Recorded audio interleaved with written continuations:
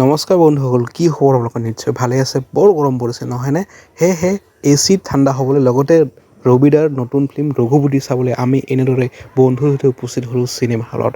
আৰু অলপ সময় পিছতে চিনেমা আৰম্ভ হ'বহি। বাহিৰৰ দৃশ্য আপোনালোকক দেখাইছোঁ আৰু আপোনালোকক অলপমান ৰিভিউ দিবলৈ চেষ্টা কৰিম। বেয়া নাপায় যদি এবাৰ তেখেতৰ ৰুমটো চেক কৰিব পাৰিম নেকি?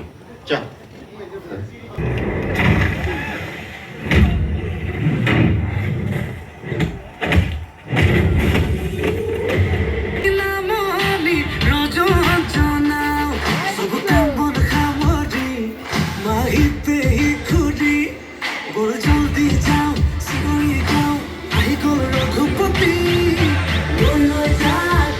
আৰু এনেদৰে ৰবি শৰ্মাৰ দ্বাৰা ফিল্মখন শেষপাল, ৰঘুপতি শেষপাল। কিন্তু সঁচাই এখন ধুনীয়া অসমীয়া ছবি অসমবাসী ৰাইজক উপহাৰ দিছে ৰবি শৰ্মাই।